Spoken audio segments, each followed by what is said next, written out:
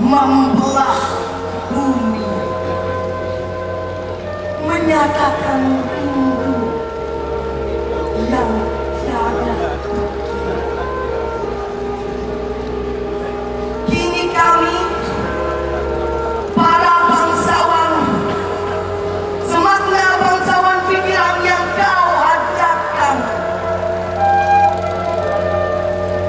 datang berhimpun, bertemu, bersua untuk mengingat jalan setapak peradaban yang kau ciptakan. Engkaulah yang membentang karpet merah untuk kemartabakan pribumi, kekuatan Sunda dan Nusantara, keperkasaan wanita, dan kebangkitan pers Indonesia.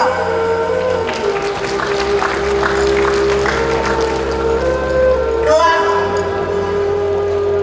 yang menulis tentang jejak langkahmu, menulis juga tentang arus balik yang merupakan sumber gagasan poros maritim Nusantara. Izinkan kami bergembira dan bersyukur untuk mengingat tentang dirimu. Hayya 'alas shalah,